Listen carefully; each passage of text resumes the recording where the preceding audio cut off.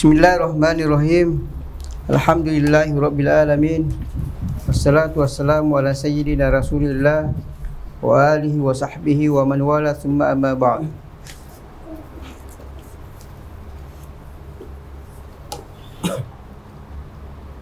Alhamdulillah, puji syukur kepada Allah Subhanahu wa taala atas segala rahmat, hidayah dan petunjuknya sehingga kita bisa melanjutkan dars madkhal ila tasawuf al-islami li sayyidina wa syekhina wa imamina Maulana Nuruddin Dr. Al-Jumah sallallahu taala wa nafa'ana Allah bi ulumihi fid dharaini amin. Salawat dan salam kita kirimkan kepada sayyidina wa habibina Muhammad sallallahu alaihi wasallam yang merupakan rahmatan lil alamin dan qudwah bagi seluruh umat manusia. Pada pertemuan yang lalu kita sudah sampai di pembahasan hal lisufiyati silatun bitasayyu. Fadal. A'udzu billahi minasyaitonir rajim. Bismillahirrahmanirrahim. Alhamdulillahirabbil alamin wassalatu wassalamu ala asyrafil anbiya'i wal mursalin sayyidina Muhammadin wa ala alihi wa sahbihi ajma'in. Qala al-musannif rahimahullahu ta'ala wa nafa'ana Allah bihi bi ulumihi wa bi barakatihi wa bi amdadihi fid dharain amin. Hal lis-sufiyati silatun bit tashayyu' من الأمور التي تتفرع عن الكلام في محبة آل البيت عليهم السلام ما يردده خصوم التصوف من وجود صلة بين الشيعة والصوفية وهي شبهة لا حقيقة لها في الواقع. Jadi hal lisufiyati silatun bitasayyu. Ini dari ma'ruf yang sering kita dengarkan bahwasanya yang namanya tasawuf identik dengan Syiah. Padahal hakikatnya tasawuf dengan Syiah tidak ada hubungannya. Karena di Syiah sendiri tidak ada satu orang pun yang menganut tasawuf atau tarekat. Jadi berbagai ulama termasuk Maulana itu mengadakan penelitian di Irak, di Syiah, di Lebanon dan negara-negara yang dihuni oleh Syiah. Jadi mereka ke sana menanyakan bahwa apakah di antara kalian ada yang bertasawuf atau memiliki tarekat Syadziliyah, Rifaiyah, Qadiriyah dan sebagainya. Dan itu tidak ada satu orang pun yang menganut tasawuf. Cuman Kamil Mustafa Asy-Syaibi itu salah satu pemikir Syiah mengarang buku tentang hasilatu baina at-tasyawwu wa tasawuf. Jadi hubungan antara Syiah dengan tasawuf. Dia mengadakan penelitian bahwasanya penelitian perbandingan antara Syiah dengan tasawuf. Di kalangan Syiah mereka mengenal yang namanya sir, asrar. Umpamanya kita mengatakan bahwasanya banyak rahasia-rahasia yang tidak dipahami oleh umat Islam. Khusus untuk orang Syiah itu yang mereka pahami. Di kalangan tasawuf ada juga yang namanya rahasia. Seperti yang kita jelaskan pada pertemuan berikut. Jadi ada hati. Lebih dalam daripada hati ada sir. Lebih dalam lagi ada namanya khafi. Lebih dalam lagi ada namanya akhfa. Jadi di kalangan tasawuf dikenal namanya sir atau sirul asrar. Syiah juga ada yang namanya Sir. Bahkan ada yang nama Imam Al-Mahdi, ada namanya Imam Al-Muntazar, Imam Ithna Asyariyah dan sebagainya. Banyak rahasia yang mereka miliki katanya tidak dimiliki oleh Ahlussunnah wal Jamaah atau Syiah dan sebagainya.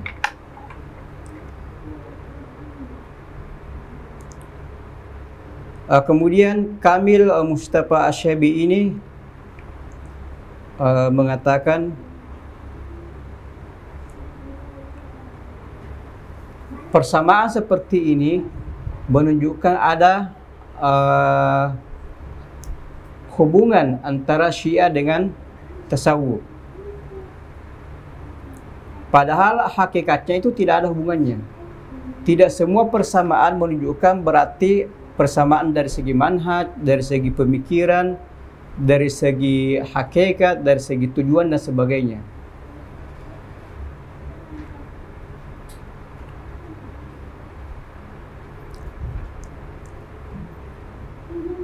Sehingga tidak dikatakan bahwasanya Islam sama dengan Masehi. Masehi itu mengajak kepada Trinitas, Islam juga mengajak kepada Trinitas. Dengan alasan Bismillahirrahmanirrahim. Bismi Allah Ar-Rahman Ar-Rahim. Itu Trinitas. Allah huwa ismuh zat. Ar-Rahman War-Rahim huwa sifah. Jadi tidak ada bedanya ada Tuhan Bapa, Tuhan Anak dan Ruhul Qudus. Jadi ini Trinitas. Padahal tidak ada hubungannya. Islam tidak mengenal yang namanya Trinitas, tetapi wahadah hakikat Allah Subhanahu wa taala, Allahus Samad, lam yalid wa lam yulad. Jadi persamaan seperti ini tidak menunjukkan ada kesamaan dari segi manhaj, dari segi pemikiran, dari segi tujuan, dari segi gaya dan sebagainya. Sama saja kalau kita mengatakan umat Islam itu sama dengan orang kafir. Kenapa orang kafir pakai celana panjang, orang umat Islam kita juga pakai celana panjang?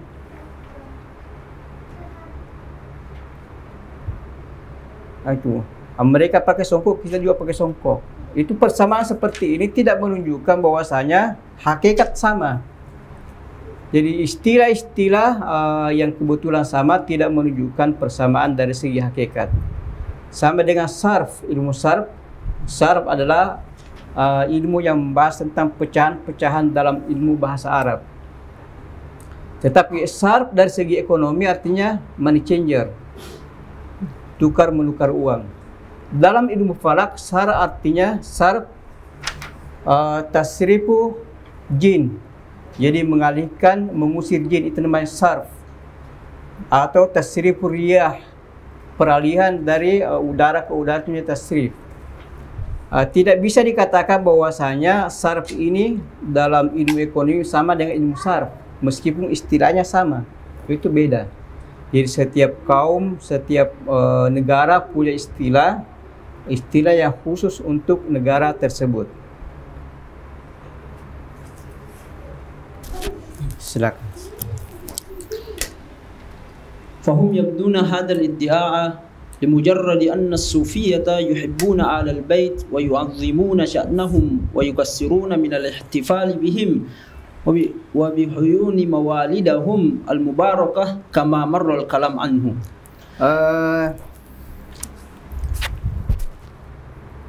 Jadi kenapa mereka mengatakan bahwasanya Syiah ada hubungan erat dengan tasawuf? Seperti yang mereka bayangkan bahwasanya Syiah identik dengan Ahlul Bait.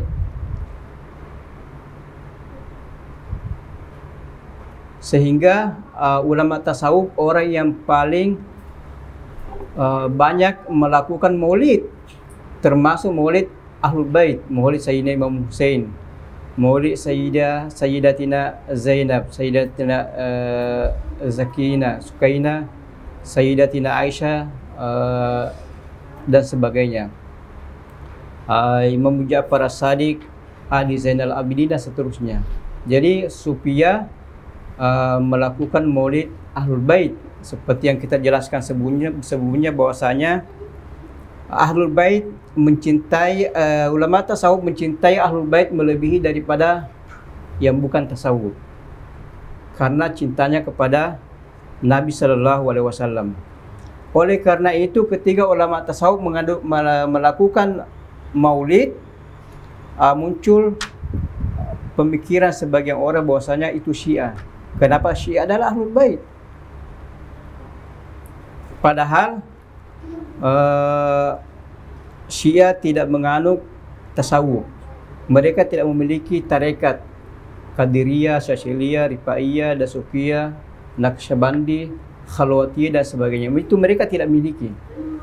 Bahkan kalau ke sana kita tanya, mereka tidak mengenal istilah-istilah seperti ini.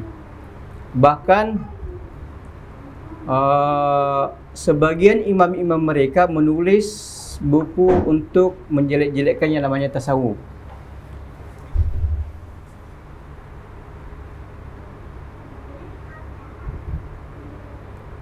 Jadi banyak di kalangan mereka menjelek-jelekkan yang namanya tasawuf. Makanya Syiah anti dengan sahabat. Jadi mengkafirkan Sayyidina Abu Bakar As-Siddiq, Sayyidina Umar, Utsman bin Affan, Sayyidina Umar bin Khattab. Mereka hanya mengakui Imam Ali saja, karena Imam Ali Ahlul Bait. Itu. Jadi menjadikan Ahlul Bait sebagai senjata untuk menyerang umat Islam. Padahal la jihad fil Islam, tidak ada jihad sesama umat Islam. Itu kaidah dalam fikih. La jihad fil Islam, jihad itu sesama orang kafir saja.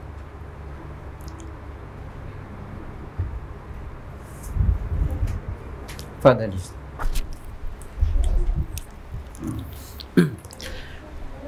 ولكن في الحقيقة أن التعلق بأهل البيت ليس مقصورا على طائفة من المسلمين دون طائفة ولا على مرتبة دون مرتبة، فكل المسلمين يحبون أهل البيت، ولم نرى مسلما يعادي أهل البيت إلا النواصب الذين ناصبوا أهل البيت الأداء، وهؤلاء كانوا على حالة الذم من كل العلماء من أهل السنة والجماعة.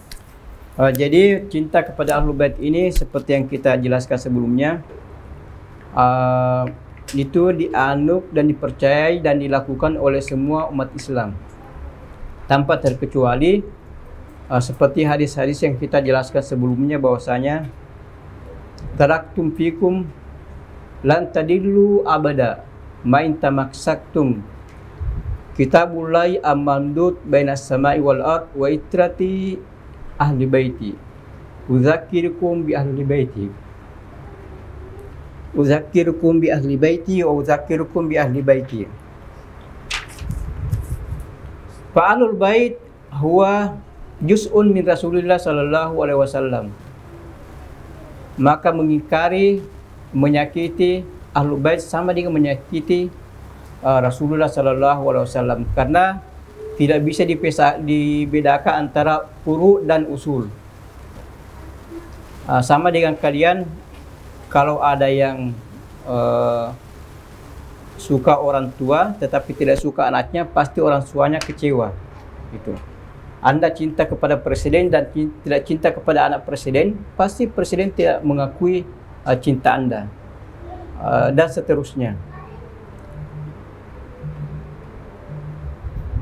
Oleh karena itu, mereka yang melakukan permusuhan atau menjadikan Ahlul Bait sebagai tumbang dan alat, mereka itulah para penipu nasab untuk mengelabui umat manusia.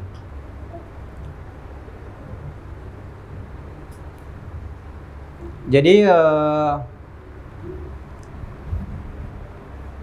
yang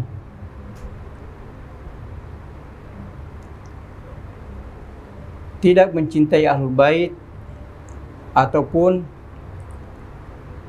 tidak menghargai Ahlul Bait, itu jelas bahwasanya tidak mencintai Rasulullah sallallahu alaihi wasallam. Tidak mencintai Rasulullah sallallahu alaihi wasallam berarti tidak mencintai Allah Subhanahu wa taala. Tidak mencintai Allah Subhanahu wa taala itu dikhawatirkan akan menempuh kehidupan yang sesat dan binasa. Tapi kalau Ahlul Bait Ustaz misal melakukan kesalahan, apakah hukumannya itu sama dengan manusia pada umumnya atau ada hukuman tersendiri yang diberikan ke Ahlul Bait? Baik dia melanggar agama ataukah melanggar norma-norma kehidupan atau aturan-aturan dunia. Di sini ulama banyak berbicara dalam hal ini, apakah Ahlul Bait itu maksum atau tidak. Jadi Ahlul Bait tidak maksum. Ia maksum adalah Nabi sallallahu alaihi wasallam dan para nabi. Oleh karena itu, siapa saja Ahlul Bait yang betul-betul Ahlul Bait, bukan sekedar mengaku-ngaku saja, melakukan dosa, itu sebelum meninggal itu harus dicuci, harus dibersihkan dosanya sehingga tidak meninggal dan dikatakan bahwasanya Ahlul Bait melakukan pelanggaran. Itu hukuman yang berlaku bagi Ahlul Bait. Jadi kalaupun dalam suatu negara mereka melanggar, itu posisinya sama dengan masyarakat biasa. Tetapi ulama menilai bahwasanya Ahlul Bait ini punya kedudukan khusus. Punya kedudukan khusus, punya keistimewaan dibanding dengan bukan Ahlul Bait. Oleh karena itu, dimanapun, di negara manapun yang ada Ahlul Bait itu selalu dihormati dan mendapat penghargaan dari masyarakat kalau betul-betul dia Ahlul Bait, bukan sekedar pengakuan saja. Sekarang ini yang lebih 40.000 Ahlul Bait, semuanya punya catatan. Jadi kalau tidak ada catatannya itu tidak diterima di Mesir dan di sekitarnya. Untuk menghindari adanya pengakuan atau ada orang yang mengaku sebagai Ahlul Bait. Kita melihat umpamanya Syekh Usri ini Ahlul Bait, istrinya juga Ahlul Bait. Tetapi Syekh Usri ini tidak punya catatan, sehingga anaknya dinasabkan kepada istrinya. Meskipun Ahlul Bait, Syekh Usri Ahlul Bait, tetapi catatannya terputus, sehingga anaknya mengikut ke ibunya. Ibunya punya catatan. Itu. Bukan berarti kita mengingkari ini secara penghormatan bahwa Syekh Usri bukan Ahlul Bait, tidak. Tetapi sebagai catatan resmi atau dokumentasi, sebagai kehati-hatian, itu tidak tercatat dalam dokumentasi Ahlul Bait sebagai Ahlul Bait.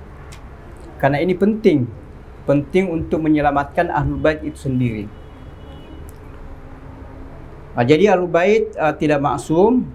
Kalaupun mereka melanggar, tetap sama dengan manusia biasa, sama dengan yang bukan Ahlul Bait.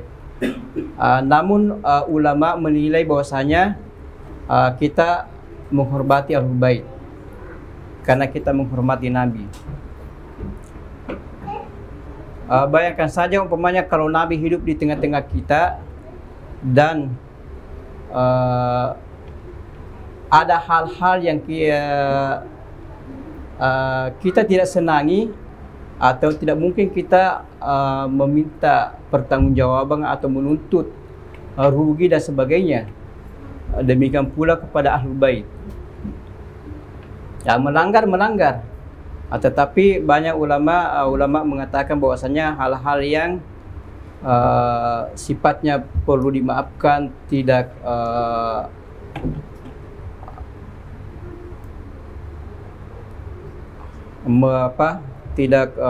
umpamanya membawa nama buruk umat Islam atau tidak melakukan hal-hal yang sifatnya maklum minad dini bidarura, mungkin bisa dimaafkan dan sebagainya. Ala kulli hal, ini urusan diatur oleh ulama. Itu. Tetapi Ahlul Bait tidak maksum. Itu. Sehingga mereka mengatakan, kalaupun Ahlul Bait tidak dihukum oleh negara atau pribadi, di akhir hayatnya Allah akan menghukumnya. Itu di akhir hayat pasti dihukum, supaya tidak dikatakan Ahlul Bait meninggal dalam keadaan berdosa atau punya dosa dan sebagainya.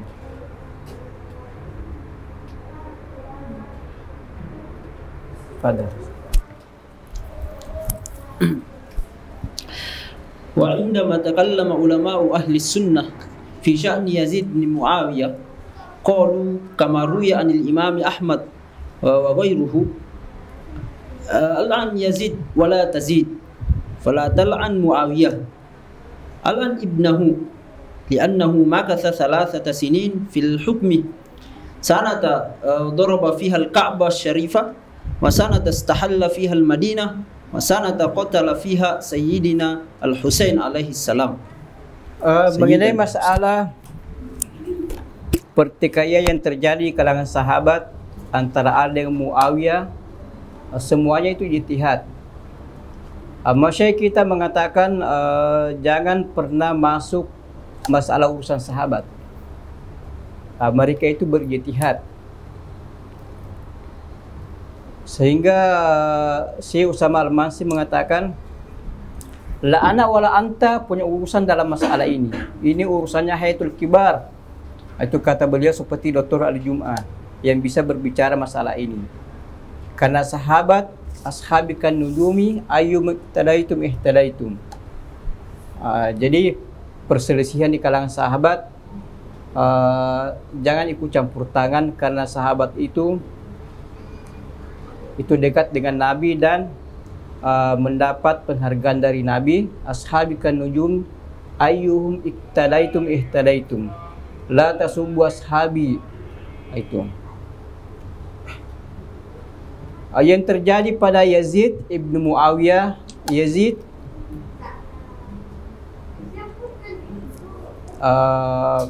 menyerang kota Mekah, menduduki kota Madinah dan membunuh Sayyidina Husain, sehingga ulama melaknat Yazid, sehingga mengata ilan Yazid wala tazid. Jadi ilan Yazid wala tazidu ala zad, jangan sampai ke bapaknya, yaitu Muawiyah. Karena Muawiyah sahabat. Namun demikian kita tidak boleh berpanjang lebar dalam hal seperti ini, karena ini urusan kibar. Kita ini sigar mengurus hal-hal yang kecil saja, karena mereka berijtihad, mereka kesalahan dan sebagainya. Tetapi itu kita serahkan kepada Allah Subhanahu wa taala.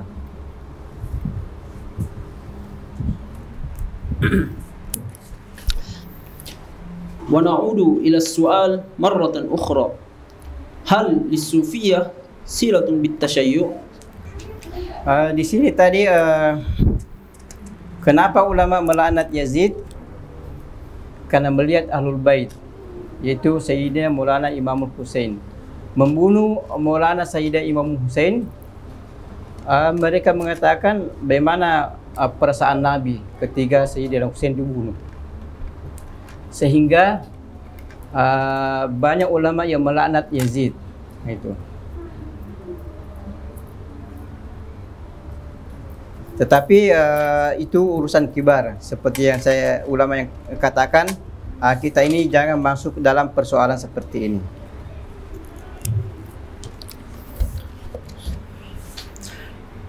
Wa huna nara anna asy-syi'ata la yujad 'indahum turuqus sufiyyah. Falau dhahabna ila al-Iraq wa jalasna ma'a asy-syi'ati al-Ja'fariyah aw az-Zaidiyyah fil Yaman la najidu 'indahum ma yusamma bit-turuqis sufiyyah lallati yantami ilaiha ahlus sunnati misla ar-Rifa'iyyah wasyaziliyyah wan-Naqsyabandiyah wal-Ahmadiyyah wala ghairahum. Falaysa hunaka syakhsun syi'iyyun naqulu lahu ma tariqatuka fayaqul annahu syadili. La yujad mislu hadha. Jadi seperti tadi yang kita jelaskan bahwasanya Syiah ini tidak mengenal dan tidak menganut tarekat, karena tarekat ini ciri khas Ahlussunnah wal Jamaah. Ahlussunnah wal Jamaah seperti hadis Sayyidina Umar yang kita kenal sebagai hadis Jibril, mal Islam, mal iman, mal ihsan. Jadi Ahlussunnah wal Jamaah mengatakan tiga poin ini tidak bisa dipisahkan satu sama lain. Siapa yang mengingkari salah satunya berarti mengingkari sepertiga dari Islam. Itu kata Imam Suyuti, Abdullah Sid Al-Gumari dan sebagainya. Mengingkari Islam berarti mengingkari sepertiga dari Islam. Mengingkari iman berarti mengingkari sepertiga dari Islam. Mengingkari tasawuf berarti mengingkari sepertiga dari Islam. Seperti yang dijelaskan dalam hadis Jibril, mal Islam, mal iman, mal ihsan. Jadi Ahlussunnah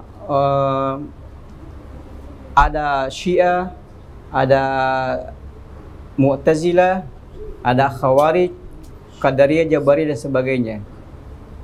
Jadi tasawuf ini ciri khas Ahlussunnah wal Jamaah. Oleh karena itu Syiah yang cemburu dengan Ahlussunnah wal Jamaah itu selalu melakukan pemalsuan baik dari segi hadis, sejarah dan sebagainya untuk menyerang Ahlussunnah wal Jamaah, termasuk dalam mengenai masalah tasawuf. Sehingga diriwayatkan dalam Al-Mustadrak yang di salah satu Imam Syiah mengatakan bahwasanya man sami'a indahu at-tasawuf dan man sami'a indahu at-tasawuf walam yunkirhu falaysa minna. Jadi barang siapa di antara kita ini, kata Syiah, mengingkari kata-kata tasawuf dan tidak mengingkarinya bilisanihi aw biqalbihi falaysa minna. Itu baik secara lisan maupun secara hati tidak mengingkarinya, maka falaysa minna. Wa man ankarahu faka'annahu jahadal kuffar fi sabilillah. Ini hadis yang diriwayatkan oleh ulama Syiah di kalangan mereka.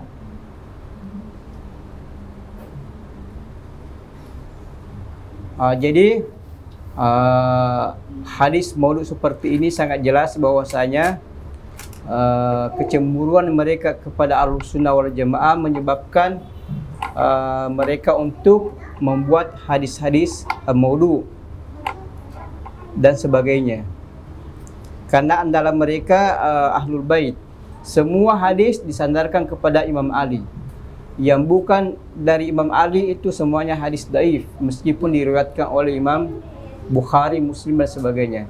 Imam Bukhari tidak punya nilai bagi mereka. Yang ada nilainya kalau perawinya itu Ahlul Bait.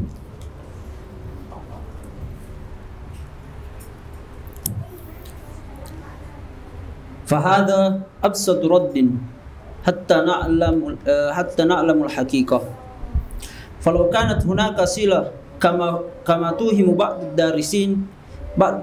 دارسين التصوف والتشيع لتشابه بينهما في بعض النقاط المشتركة لكانت الشيعة سمحت بالتصوف ولم يروا به بأسا. Jadi logikanya bahwasanya kalau kolerasi hubungan antara Syiah dengan Sufi betul-betul ada, maka ketika kita tanya Syiah, apa tarikatmu? Tentu kita akan mendengarkan saya Syadzili atau Qadiri atau Rifai atau Naqsyabandi, Khalwati dan sebagainya. Dan tentu mereka tidak membuat buku untuk menyerang umat Islam, untuk menyerang tasawuf. Itu. Dan mereka menganggap bahwasanya tasawuf tidak ada masalah. Tetapi membuat hadis man dzukira indahu tasawuf walam yunkirhu bilisani wa biqalbi falaysa minna.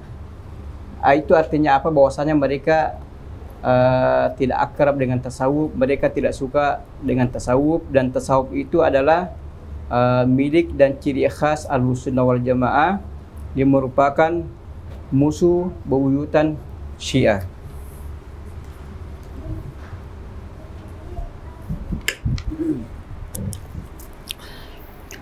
وأول من نشر هذا الادعاء شخص شيعي اسمه كامل مصطفى الشيبي، ألف كتابا اسمه الصلة بين التشيع والتصوف، وهو كتاب ألف بالطريقة الغربية العلمانية وهي طريقة المقارنات، مثل أن الصوفية تحب آل البيت وكذلك الشيعة، وأن الصوفية تقول بأن هناك أسرارا وكذلك الشيعة، وذلك كلام غير علمي ومضحك للغاية. ويشبه قوله فيه بأن التصوف شيعيا كما يقول إن الإسلام يدعو إلى التسليس، ويستدل بقوله تعالى بسم الله الرحمن الرحيم، وهذا كلام ظاهر البطلان، فالإسلام دين التوحيد بلا ريب. Jadi Kamil Mustafa Asy-Syabi'i inilah yang membuat buku As-Silah Baina Tasyawu' wa Tasawwuf. Di tempat lain juga banyak yang menulis tentang hubungan antara Syiah dengan tasawuf, untuk menimbulkan pertengkaran atau permusuhan antara Syiah dengan Ahlussunnah wal Jamaah. Jadi Syiah menyukai Ahlul Bait, Tasawuf menyukai Ahlul Bait, tidak menunjukkan kesamaan dalam tujuan, teori, pemikiran, manhaj dan sebagainya. Ini menunjukkan bahwasanya seperti Musa Garallah huwa Syekhul Islam fi Rusia pada zaman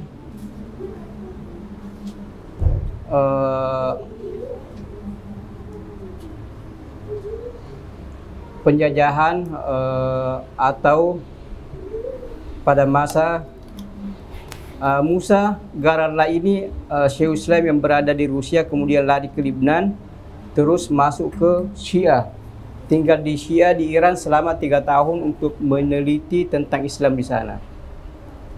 Dari kota sampai ke desa dia keliling selama 3 tahun untuk mencari apakah Syiah ini betul-betul seperti yang kita dengarkan, ada hubungan erat antara tasawuf dengan Syiah, kemudian bagaimana Syiah dengan sahabat, masalah taqi, naskh dan sebagainya. Itu tinggal di Iran selama 3 tahun untuk mengadakan penelitian, turun ke jalan, ikut pengajian dari desa sampai kota. Namun dia tidak menemukan apa yang dia cari. Dan pertanyaan-pertanyaan dilontarkan kepada Syiah tidak ada satupun yang mampu menjawab.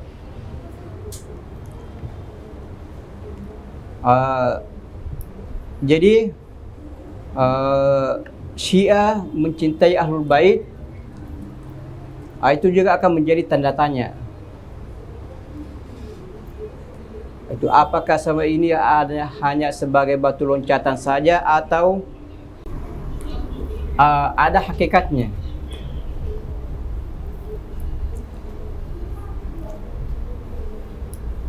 Jadi ulama banyak berbicara dalam hal ini tentang mengenai masalah Syiah. Apakah Syiah Ahlul Bait atau bukan Ahlul Bait?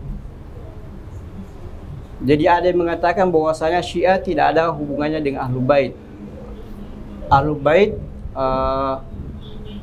bukan Syiah.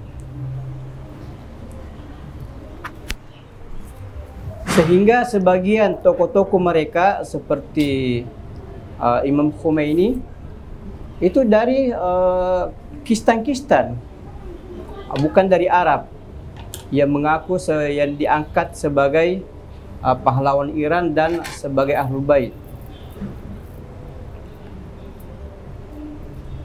Jadi hubungan antara Ahlul Bait dengan Syiah dengan Ahlussunnah wal Jamaah yang merupakan menjadi pertengkaran sepanjang masa yang tidak ada henti-hentinya karena berbeda dari segi mabda.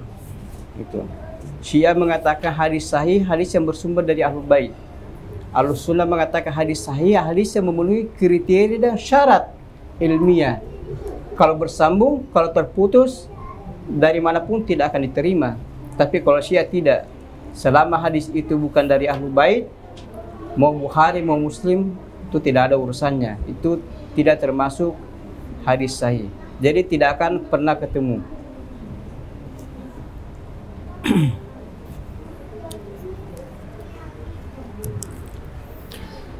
إذن فمحض المشابهة لا تستلزم إطلاق اتحاد المنهج ولا اتحاد الفكر ولا اتحاد المشرب ولا الحذف ولا أي شيء من هذا القبيل.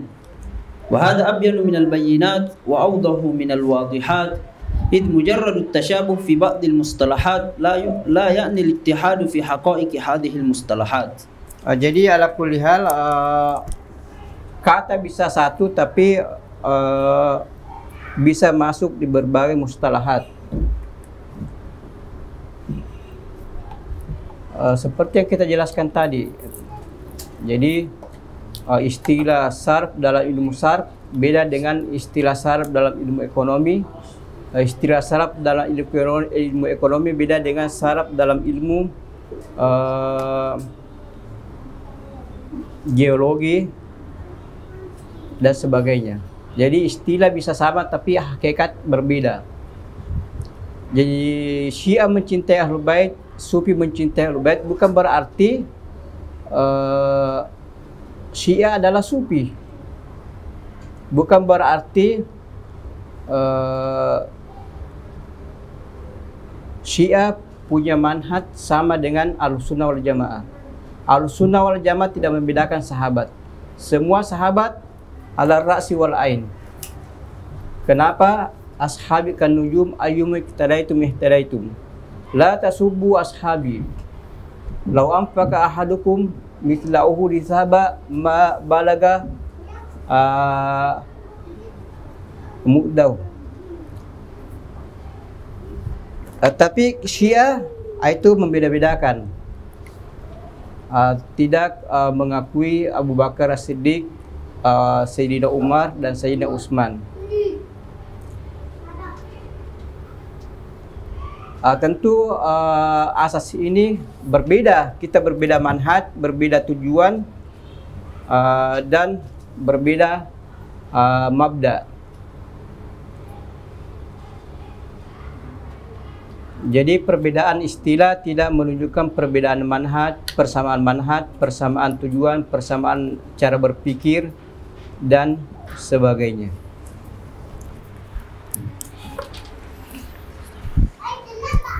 إثبات مفارقة الشيعة لطريق الصوفية. ومن الشيعة من يطعن في الصوفية ويذمهم كما يفعل مدعو السلفية أو أشد. وقد أوردوا الروايات والأخبار الموضوعة على الأئمة من آل البيت عليهم السلام طعنا في الصوفية ونهيا عن مصاحبتهم وتحذيرا من مجالستهم. Di sini akan isbat mufarakah Syiah di tariki as-Sufiyah. Maulana ingin memberikan bukti dalil konkret bahwasanya tidak ada sedikit persamaan antara Syiah dengan ulama Sufi. Dan itu berbeda sama sekali. Karena Syiah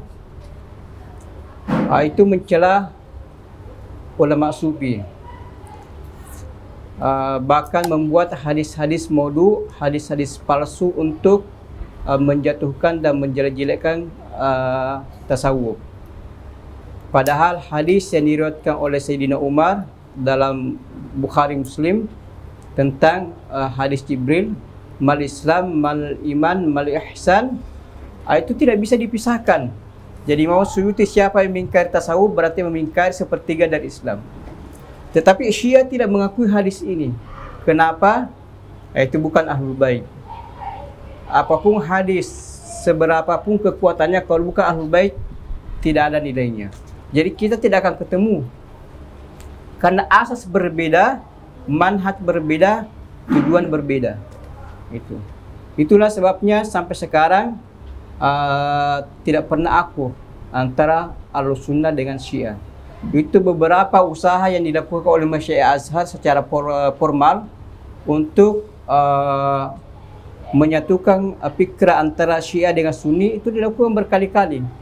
Bahkan dibuatlah majalah, perjanjian dan sebagainya untuk menghindari konflik antara Syiah dengan Sunni secara zahir.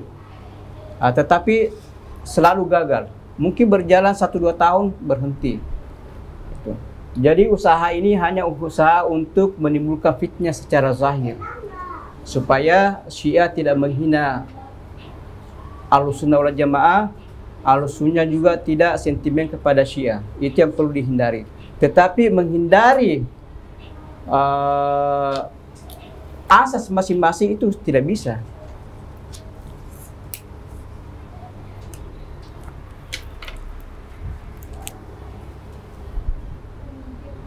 Jadi banyak hal yang susah dipertemukan, termasuk masalah hadis.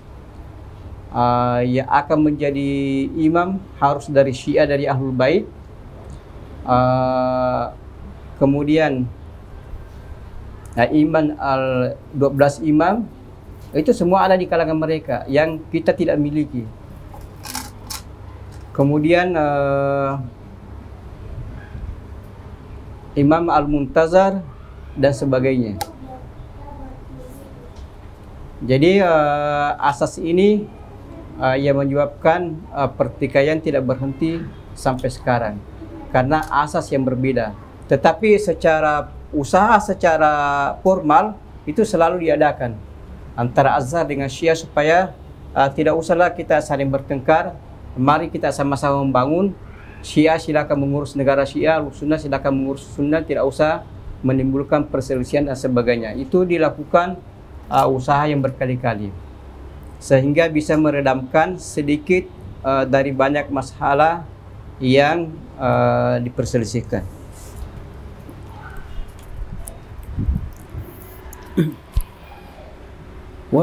ومن الوثائق الشيعية ما جاء في كتاب مستدرك الوسائل للنور الطبراسي بسنده عن الإمام الرضا عليه السلام قال: من ذكر عنده الصوفية ولم ينكرهم بلسانه وقلبه فليس منا، ومن أنكرهم فكأنهم جاهد الكفار بين يدي رسول الله صلى الله عليه وآله وسلم.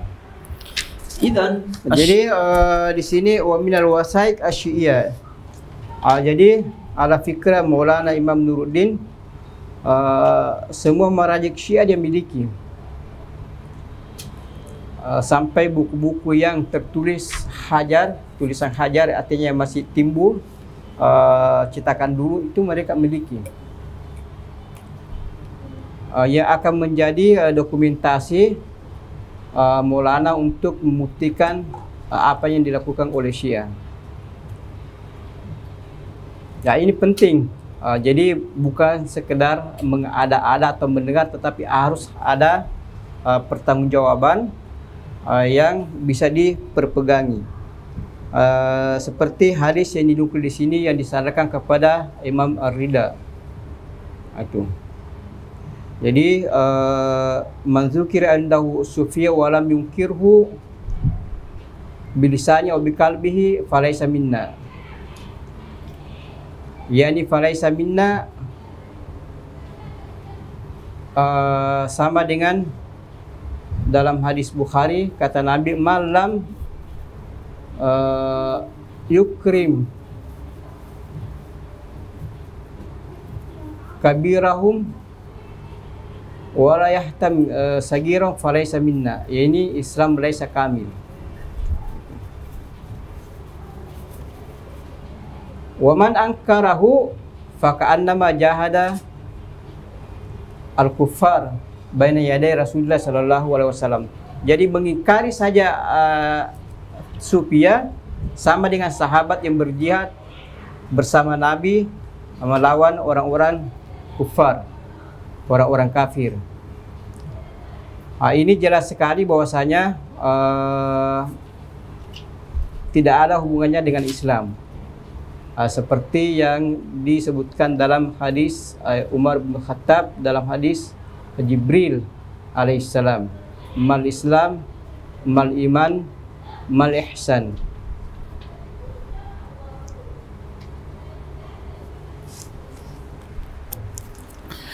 إذن الشيعة لا يقبلون مناهج التصوف السني وكتبهم Tasawuf as-sunni. السني وكتبهم تنص على ذم التصوف كما هو عند المتطرفين من المنتسبين للتيارات السلفية تماما. Jadi sini Maulana sama Syiah dengan Salafiyah. Jadi Syiah menyerang, mencela tasawuf, Salafiyah juga mencaci maki dan mencela tasawuf. Karena bagi mereka ulama tasawuf mulai dari Imamul Arba'ah itu semua sahabat sufi, semua sahabat tasawuf, bertasawuf. Karena tasawuf itu adalah uskurullah qiyamah wa qu'udan. At-tasawuf adalah al-akhlaq, innama bu'istu li utama makarimal akhlaq.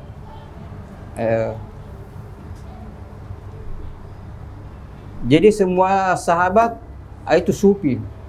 Semua sahabat Asy'ariyah.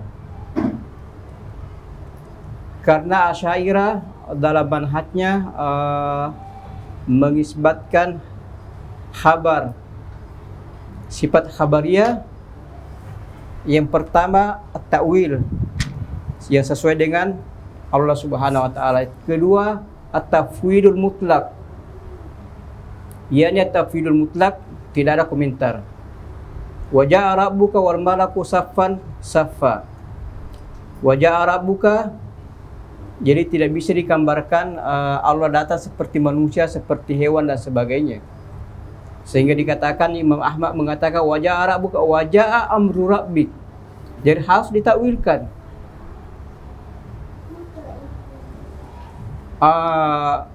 Pendapat yang kedua dalam Ahlussunnah wal Jamaah Asy'ariyah, wa ja'a rabbuka wal malaku saffan safwan, ini Al-Qur'an nu'minu kama ja'a, tidak ada komentar. Selesai masalah. Itu yang dilakukan oleh sahabat. Sahabat imam mu'awil seperti Ibnu Abbas, imam mufawwid seperti sahabat-sahabat yang lain. Asy'ariyah pendapatnya seperti itu, mu'awil dengan mufawwid mutlak. Jadi semua sahabat Asy'ariyah. Meskipun nama istilah Asy'ariyah muncul di kemudian, sama dengan Syafi'iyah. Syafi'iyah sanadnya kepada Ibnu Umar. Qiraat yang paling banyak dibaca Nabi sallallahu alaihi wasallam qiraat Warsh. Tetapi tidak ada Warsh di zaman Nabi. Sahabat tidak mengenal yang namanya Warsh, Ibnu Katsir dan sebagainya. Itu muncul di belakangan. Syafi'iyah juga tidak ada zaman Nabi, tetapi semua yang dilakukan oleh Imam Syafi'i itu dilakukan oleh Nabi dan sahabat-sahabatnya. Asy'ariyah tidak ada istilah Asy'ariyah pada zaman Nabi, tetapi praktek dan keyakinan dilakukan oleh sahabat. Karena sahabat imam mu'awil seperti Ibnu Abbas, imam mufawwid seperti sahabat-sahabat yang lain. Juga demikian. Itu. Semua sahabat sufi. Karena yang namanya tasawuf tazkiyatun nafs. Kad afla man zakkaha, kad khaba man nassaha. Ayat semua dilakukan oleh sahabat. Fawailun lil musallin alladzina ma'an salatihim sahun. Ayat diyakini diamalkan oleh sahabat, juga diamalkan oleh ulama tasawuf. Uzkuruni azkurkum washkuruli wala takfurun. Itu manhaj Ahlussunnah wal Jamaah. Jadi la musyahata bil istilahat. Itu. Itu dalam kaidah fikih.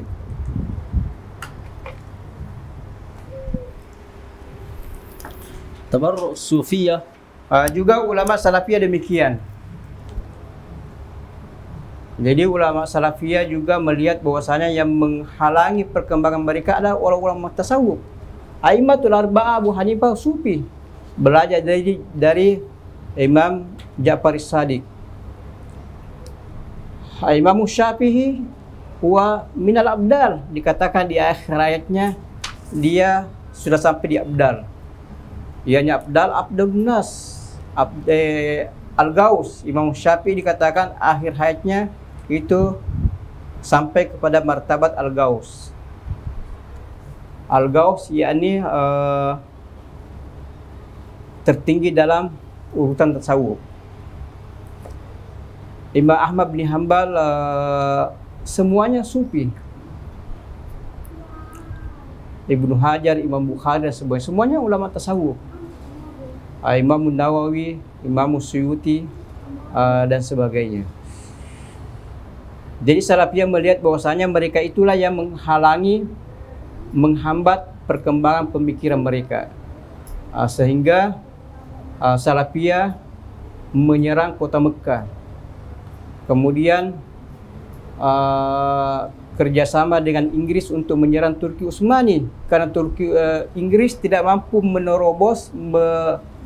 menembus Turki Utsmani, sehingga mereka kerjasama dengan salafiyah untuk menjadi mata-mata sehingga Turki Utsmani bisa kalah dan hancur dalam hal seperti ini.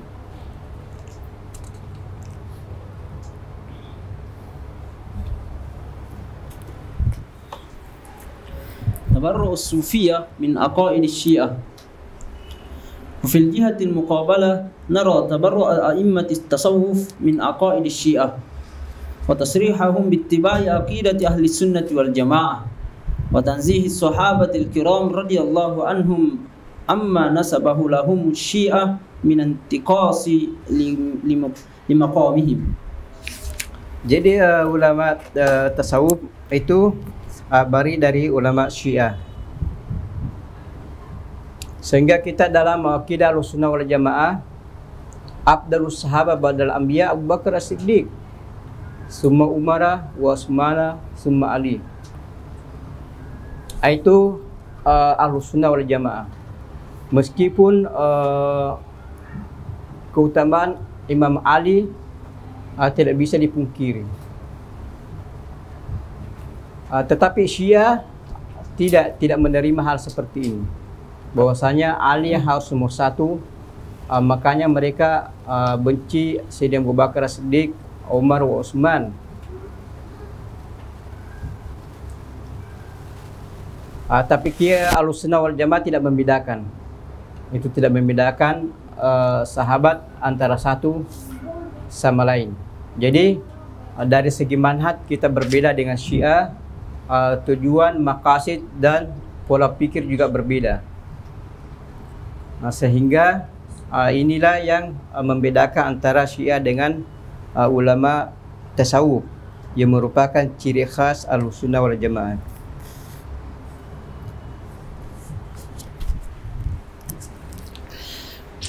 Wa min zalik ma dzakarahu al-Imam Abdul Wahhab Asy-Sya'rani rahimahullah wa huwa ma'dudun min kibar as-sufiyyah fi zamanihi, wa zalika fi kitabih lahu ismuhu al-Yawaqit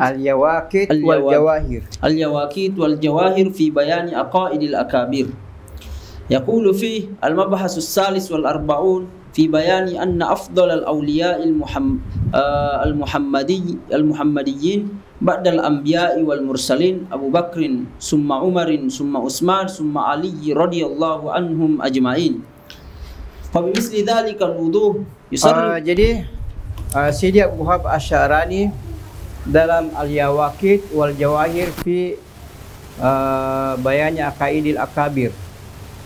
Jadi Sayyidi Abu Wahhab Asy-Sya'rani menjelaskan akidah ulama tasawuf kibaril auliya. Mengatakan bahwasanya kibaril auliya ulama tasawuf seperti Sidi Muhyiddin Ibnu Arabi, Sidi Abdul Qadir Al-Jailani, At-Taimi, Abu Hasan Syadzili, dan sebagainya. Mereka mengatakan bahwasanya afdalu nas badal anbiya'i wal rusul huwa Abu Bakar As-Siddiq, summa Umar, summa Utsman, summa Ali. Itu urutannya. Yang kita yakini selama ini di kalangan Ahlussunnah wal Jamaah.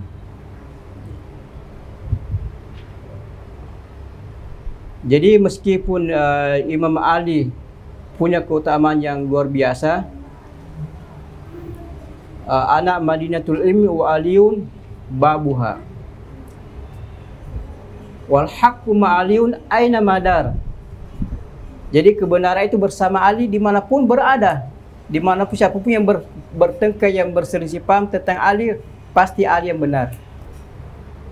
Sehingga Imam Ahmad bin Hanbal menulis kitab Az-Zuhd 400 halaman. Jadi sekitar 300 halaman bercerita tentang Imam Ali, 100 untuk 3 sahabat. Bahwa Imam Ali punya keutamaan yang luar biasa. Sehingga dalam hadis dikatakan, ya Ali, an-nasu yataqarrabu ilallahi biqalbihi wa taqarrab anta ilallahi biaqlik ya'rifukan nas.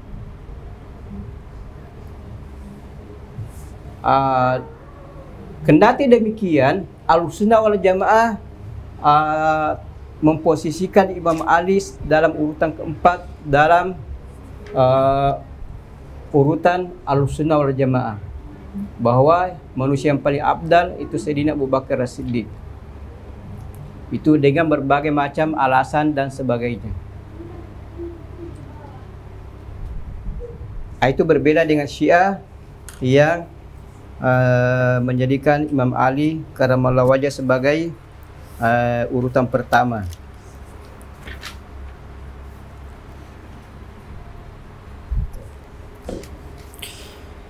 فبمثل ذلك الوضوح يصرح الشعراني بفضل أصحاب النبي صلى الله عليه وآله وسلم قطعا للسبيل على كل محاولة لاتهام الصوفية بالتشيع. Jadi ini Sidi Imam Sya'rani mengatakan bahwasanya kita tidak ada hubungan dengan Syiah. Iya Maulana, apa hubungannya? Apa buktinya kalau Sufi tidak ada hubungannya dengan Syiah? Itu bahwasanya Syiah mengatakan Ali itu yang berhak jadi khalifah, bukan Sayyidina Umar, bukan Sayyidina Abu Bakar, bukan Sayyidina Utsman. Tetapi ulama Sufi mengatakan tidak. Afdalun nas ba'da Sayyidina Nabi sallallahu alaihi wasallam huwa Sayyidina Abu Bakar As-Siddiq, kemudian Umar, summa Utsman, summa Ali. Itu menunjukkan bahwasanya kita tidak ada hubungan. Syiah dengan Sufi tidak ada hubungan. Oleh karena itu, buku Syiah yang 100 jilid, itu silsilah Syiah yang sebanyak 100 jilid. Jadi ketika Maulana Imam Nuruddin Kemarat beli buku ini, jadi di jilid 80, 81, 82 itu kosong. Itu. Sehingga Maulana pergi ke Iran, ke Lebanon untuk mencari kenapa ada ini 3 jilid tidak ada, 80, 81, 82. Akhirnya Maulana menemukan nuskha asli yang tidak beredar sekarang ini, lengkap dari jilid 1 sampai jilid 100. Ternyata jilid 80, 81, 82 itu bercerita tentang sahabat. Jadi bagaimana Syiah mencela dan mencaci maki sahabat. Itu. Sehingga hari berlalu, bulan berlalu, tahun berlalu, pertengkaran antara Sunni dengan Syiah yang tidak berakhir sehingga mereka mengatakan jangan dicetak 80, 81, 82 supaya tidak ada orang yang membaca tentang bagaimana Syiah mencaci maki, mencela para sahabat. Itu. Ini tidak bisa kita pungkiri bahwa sahabat itu kalau bukan sahabat, Islam tidak sampai sekarang. Jadi hubungan kita dengan sahabat itu adalah wasilah. Itu. Kalau bukan karena sahabat, kita tidak menganut Islam. Kalau bukan karena sahabat, kita tidak mengenal Islam. Bagaimana mungkin secara akal kita ini mencela sahabat? Bagaimana mungkin secara akal kita mencaci maki Sayyidina Abu Bakar, Umar, Utsman dan sahabat-sahabat lain? Sayyidah Aisyah. Mereka itu tidak bisa dipungkiri peranan dan fungsinya dalam penyebaran Islam. Jadi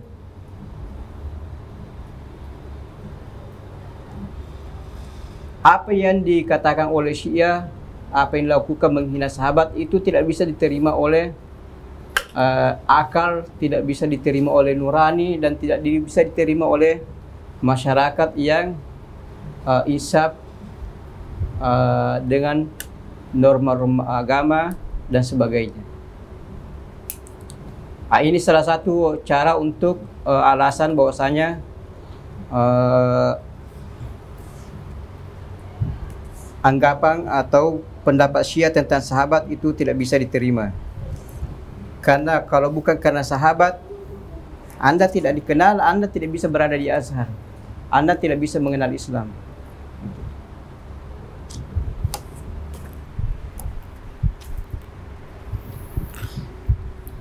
وكذلك نجد عند الشيخ الأكبر محي الدين ابن عربي الذي يؤد أحد أعلام التصوف، وذلك في كتابه روح القدس، فهو يصرح بمكانة سيدنا أبي بكر الصديق فيقول رضي الله عن الصديق الأكبر صاحب السر العلم الأزهر في قيامه على منبر الطرفاء يوم الداهية الدهياء بموت سيد الأنبياء أمين الأمناء أمين الأمناء وعلم الاهتداء، وقد ذهل من كان عندنا أقوى الأقوياء فما ظنك بالضعفاء. Jadi Sidi Muhyiddin Ibnu Arabi wa huwa al-kibritul ahmar wa huwa nadirun jiddan. Sidi Muhyiddin Ibnu Arabi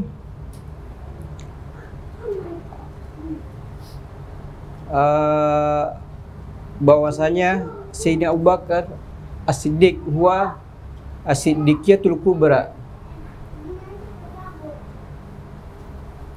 Jadi As-Siddiqiyatul Kubra, Siddiqiyah huwa makam. Dalam tasawuf ada makam. Makam ada 1001 makam dalam dunia tasawuf. Di antara makam yang paling tinggi makam Siddiqiyah, yakni sampai ke level Abu Bakar As-Siddiq. Tapi Abu Bakar As-Siddiq huwa As-Siddiqiyatul Kubra. Itu. Sidi Muhyiddin Ibnu Arabi mengatakan bahwasanya Abu Bakar As-Siddiq huwa afdalu nas ba'dal anbiya.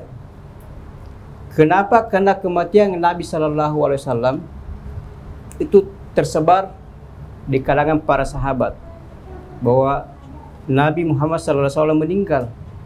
Banyak orang tidak percaya, bagaimana mungkin Nabi bisa meninggal? Yang kemarin kita sama-sama dan sebagainya, yang menerima wahyu dan sebagainya. Bagaimana mungkin Nabi bisa meninggal? Sehingga Sayyidina Umar mengatakan, "Maqala inna Muhammadan mat sa'adribu unukahu." Sayyidina Umar, karena begitu tidak percaya dan bingung menghadapi berita-berita yang berkembang kalau Nabi meninggal. Di semua sahabat bingung. Sampai-sampai Umar mengancam, siapa yang mengatakan Muhammad meninggal, saya akan kasih hukuman. Sehingga mereka sampai kepada Sayyidina Abu Bakar Siddiq, ke sana ini. Sayyidina Abu Bakar Siddiq bahwa Siddiqiyatul Kubra. imannya tidak goyah, keyakinannya tidak goyah. Amat ke sana. Amat ambil HP-nya. Itu ke sana, minta sana, situ sana ya. Tidak. Bas bisa. Amat tidak kasih. Itu dikasih saya ya. Yalah, Mak. Kasih Muhammad. Tidak. Itu. Yalah coba, yalah. Ambil sana, tidak sini. Bas. Kasih apa bisa. Ahmad, bas.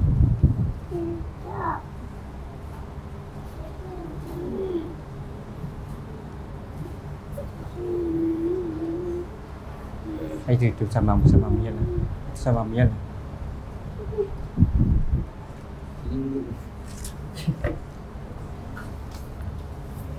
Ya Allah.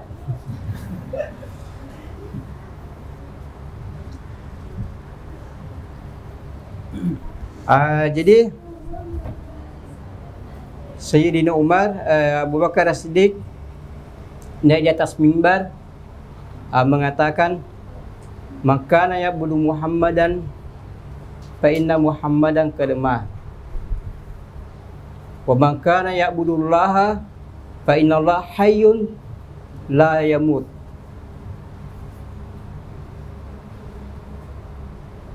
Jadi mereka semua berpercaya kalau Nabi sallallahu alaihi wasallam meninggal.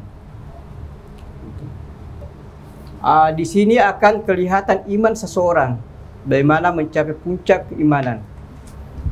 Jadi begitu muncul berita Nabi meninggal, semuanya bingung, semuanya tidak percaya, dan bahkan sahabat mengatakan seolah-olah imam itu keluar dari roh kami mendengar berita Nabi meninggal. Itu. Tapi Sayyidina Abu Bakar As-Siddiq, Siddiqiyatul Kubra, yang menunjukkan kedudukannya dalam Islam, tetap tenang bahwasanya kita tidak menyembah Nabi Muhammad sallallahu alaihi wasallam. Kita tidak menyembah siapa-siapa. Tetapi kita menyembah Allah Subhanahu wa taala. Oleh karena itu dalam dunia tasawuf, alliq qalbaka billah. Jadi gantungkanlah hati kepada Allah, bukan kepada masyayikh, bukan kepada buku, bukan kepada siapa-siapa. Semuanya hanya wasilah. Buku wasilah, masyayikh wasilah, Nabi sallallahu alaihi wasallam wasilah. Tujuan utama sampai kepada Allah Subhanahu wa taala. Allahu huwal maqsudul kullu wa inna ila rabbikal muntaha. Itulah hakikatnya. Bahwasanya Sayyidina Abu Bakar As-Siddiq sampai kepada hakikat yang sesungguhnya. Itu. Hati bergantung kepada Allah Subhanahu wa taala dan bukan bergantung kepada makhluk. Karena makhluk hanyalah wasilah saja. Seperti dalam hadis, "Innama ana qasimun wallahul mu'ti." Jadi Nabi mengatakan, saya ini hanya membagikan saja. Wallahul mu'ti, Allah yang memberikan. Jadi bergantung kepada yang memberikan, bergantung kepada yang menciptakan, bergantung kepada yang memberi rezeki, insyaAllah akan dapat semuanya.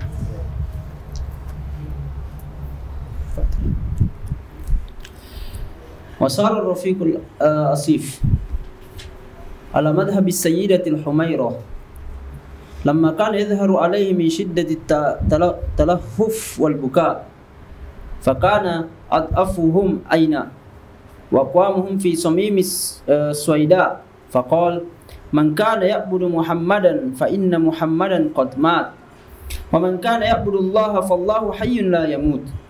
ثم تلا استشهادا على مقالته الزهراء: وما محمد إلا رسول قد خلت من قبله الرسل، إلى آخر الآية الغراء.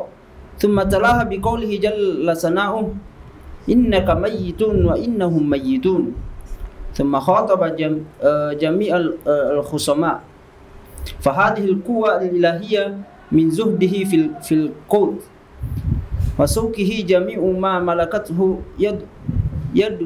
يده لله ورسوله، فملكه مفاتيح التابوت. Jadi Sayyidina Abu Bakar As-Siddiq eh,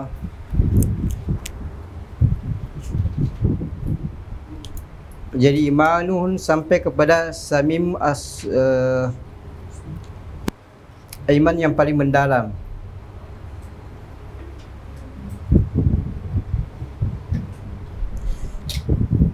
Jadi ketiga Nabi mengatakan kepada Sayyidina Umar bin Khattab, apa yang kamu lakukan? Dan saya menyumbangkan sebagian harta saya, setengah dari harta saya, dan setengah untuk saya dan keluarga saya. Sayyidina Abu Bakar Siddiq, masa anfaqta fi sabilillah, anfaqtu kullahu ma tarakta li ailatik, ana kata taraktumullah wa rasulah. Dan saya meninggalkan keluarga saya kepada Allah dan Rasulnya. Jadi dia percaya kepada takdir Allah dan apa yang disampaikan oleh Rasulullah Sallallahu Alaihi Wasallam. Ini perbedaannya sangat besar, sehingga Sayyidina Umar setiap kali bersama dengan Sayyidina Abu Bakar As-Siddiq di hadapan Nabi selalu kalah. Jadi Nabi mengatakan, siapa yang berpuasa hari ini? Tidak Sayyidina Abu Bakar, saya Rasulullah. Siapa yang mengunjungi orang sakit hari ini? Sayyidina Abu Bakar, saya Rasulullah. Siapa yang mengantar jenazah hari ini? Saya Rasulullah. Itu Sayyidina Abu Bakar Siddiq.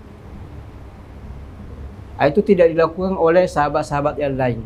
Sehingga Sayyidina Umar mengatakan, wallahi saya tidak bisa kalahkan Sayyidina Abu Bakar Siddiq. Sehingga suatu saat di hari kiamat, jadi ketika ada Sayyidina Umar, Sayyidina Abu Bakar dan sahabat-sahabat lain, Nabi mengatakan di akhir kiamat nanti orang yang pertama dihisab itu Umar. Yang pertama ditanya di hari kiamat adalah Umar. Semua orang punya kesalahan, akan mempertanggungjawabkan perbuatan masing-masing. Yang pertama ditanya adalah Umar bin Khattab radhiyallahu ta'ala anhu. Sehingga Sayyidina Umar gembira dan ketawa, senang bahwasanya hari ini saya kalahkan Abu Bakar Siddiq. Itu. Jadi selama bertahun-tahun Sayyidina Umar tidak bisa mengalahkan Sayyidina Abu Bakar Siddiq. Dalam hari ini katanya, di hari kiamat saya mengalahkan Abu Bakar Siddiq, dia berada di belakang saya. Karena saya orang yang pertama ditanya di hari kiamat itu tentang semua amal perbuatan yang kita lakukan. Sambil ketawa dan senyum, Sayyidina Umar mengatakan, ya Rasulullah, wa Abu Bakar As-Siddiq. Nabi mengatakan, huwa fil jannah. Huwa fil jannah, dakhal jannah min ghairi hisab. Jadi Sayyidina Umar, wallahi saya tidak akan mampu mengalahkan Sayyidina Abu Bakar As-Siddiq. Jadi ada yang masuk surga tanpa hisab. Dikatakan 10.000 masuk surga tanpa hisab. Tambah lagi 10.000, tambah lagi afadullah wasi. Di antaranya masuk surga tanpa hisab Sayyidina Imam Syafi'i radhiyallahu ta'ala anhu. Jadi Sayyidina Imam Syafi'i salah satu muridnya adalah Hakam. Ketika Imam Syafi'i meninggal, Imam Al-Hakam bermimpi ketemu dengan Imam Syafi'i. Ya Imam, ma fa'ala Allahu bik, apa yang Allah perbuat bagimu, lakukan padamu. Alhamdulillah ada khalani jannah min ghairi hisab. Lebih masa ya Imam? Katanya, dengan salawat yang saya baca setiap sore. Dan apa itu? Saya tulis di akhir risalah saya. Buku saya namanya Ar-Risalah. Di situ ada selawat tertulis yang saya baca. Jadi begitu Al-Hakam bangun, dia langsung ambil buku. Di akhir buku dicari selawat Imam Syafi'i. Di situ ditemukan selawat yang sering kita baca. Allahumma salli ala sayyidina Muhammadin wa ala alihi kullama zakaraka zakirun wa ghafala an zikrika wa zikrihi ghafilun. Ini salawat Imam Asy-Syafi'i yang menyebabkan masuk surga minggeri hisab. Gitu. Wa fadlullah subhanahu wa ta'ala wasi. Narjullah subhanahu wa ta'ala an nadkhul jannah minggeri hisab. Ma nabiyina wasiddiqina wasyuhada.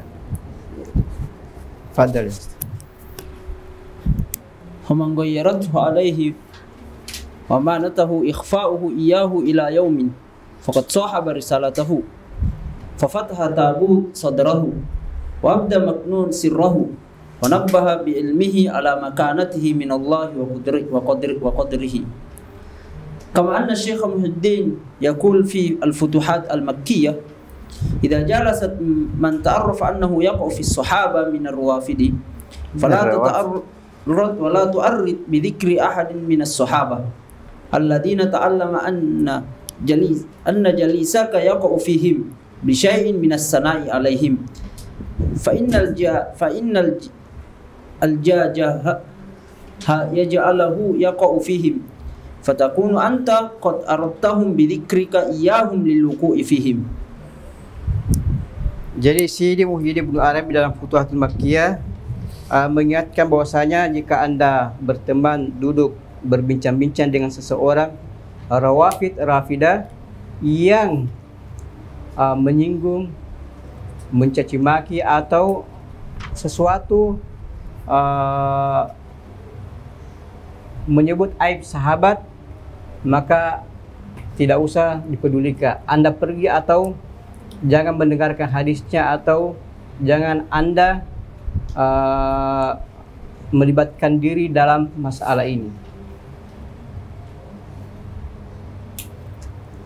Karena para aulia kibar itu tidak akan sampai ke tujuan kalau ada yang mencaci maki sahabat atau ada yang menyinggung sahabat. Sehingga mereka senantiasa dalam selawatnya Allahumma salli ala sayyidina Muhammad wa ala alihi wa ashabi. Itu.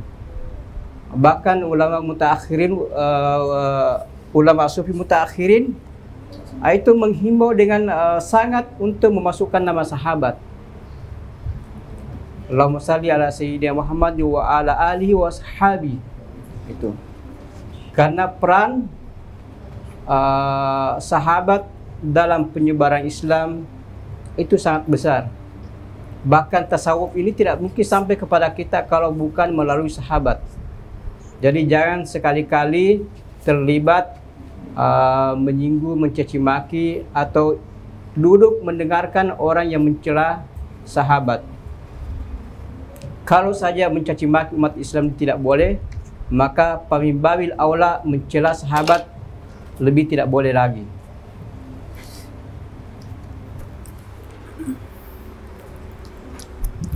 إذن لا يمكن لمنصف لديه ذرة من دين أو علم أن يتهم الصوفية بأن لهم صلة بالتشيع حيث ظهر مباينة عقائد الشيعة وقواعدهم لقواعد الصوفية وعقائدهم الذين هم أئمة أهل السنة والجماعة.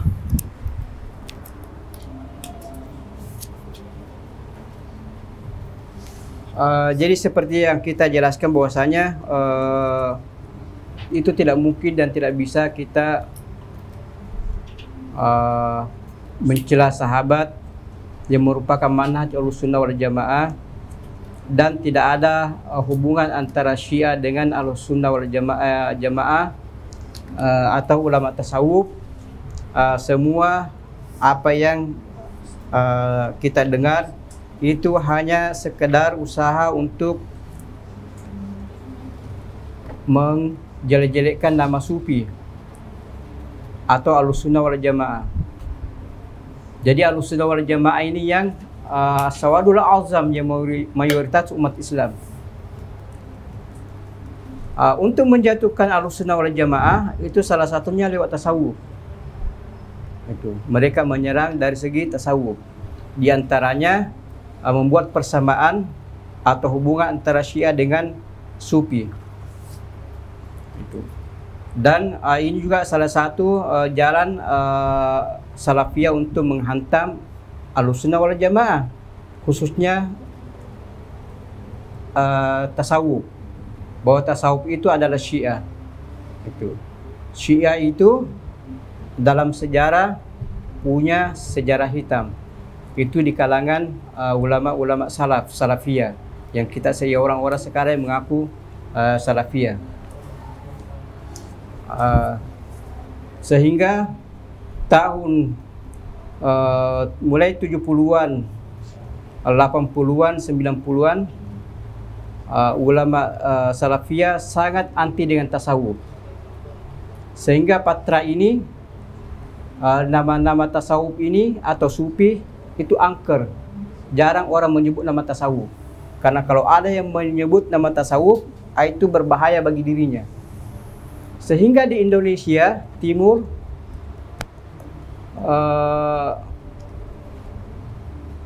Kiai Haji Ahmad Dahlan itu tidak membawa tasawuf. Kiai Haji Muhammad Hasan Tahir di Goa tidak membawa tasawuf. Dan ulama-ulama yang lain jarang yang menyebarkan tasawuf. Kenapa?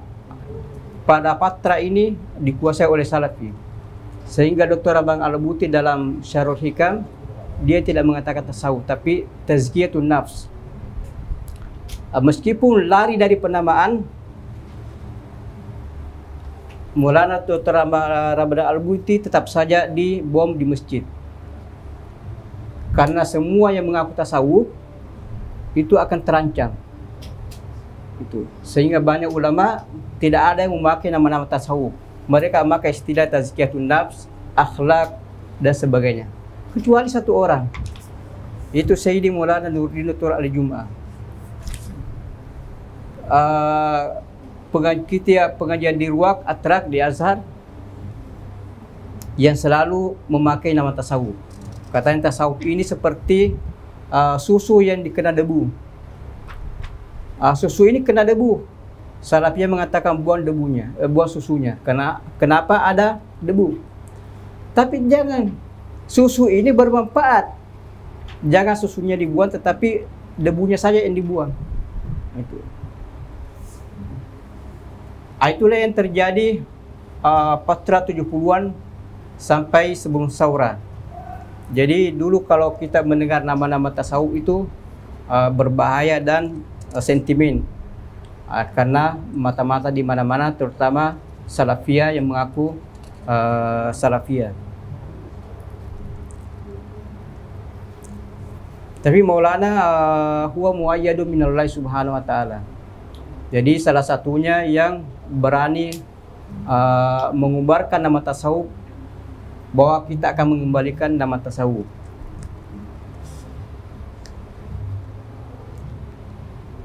Sehingga sekarang